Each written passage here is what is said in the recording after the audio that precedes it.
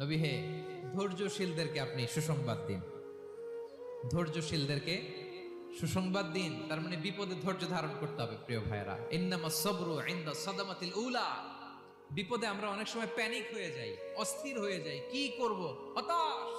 না, মুমিনরা হতাশ হয় না, ধৈর্য ধারণ করে। কি করে? কি করে? ধৈর্য ধারণ করার শক্তি দাও গো মেহেরবান আমায়, দাও গো মেহেরবান। পড়েন, ধৈর্য ধারণ করার শক্তি দাও গো মেহেরবান আমায়, দাও গো মেহেরবান। সবাই বলুন একসাথে, ধৈর্য ধারণ করার শক্তি দাও গো মেহেরবান আমায়, দাও গো মেহেরবান। বুকের ভেতর ব্যথার নদী বইছে অবিরা, বইছে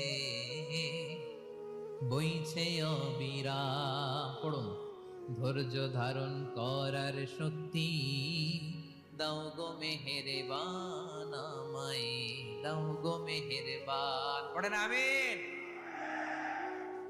আল্লাহ যেন বিপদে আমাদেরকে ধৈর্য ধারণ করার তৌফিক দান করে। প্রিয় ভাইয়েরা, ধৈর্য এটা এমন একটা গাছ, যে গাছের সারা গায়ে কাটা, কিন্তু এই গাছের ফলটা বড় সুস্বাদু। আই রিপিট, আমি আবার বলছি, ধৈর্য এটা এমন একটা গাছ, যে গাছের সারা গায়ে কাটা, কিন্তু ফলটা বড় মিষ্টি, ফলটা বড় সুস্বাদু। সবাই ধৈর্য ধারণ করতে পারে না।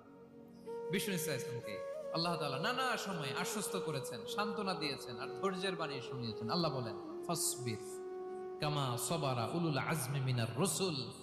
নবী হে, আপনার আগে দৃঢ় প্রত্যয়ী নবীরা যেরকম ধৈর্য ধারণ করেছে, আপনিও ধৈর্য ধারণ করুন।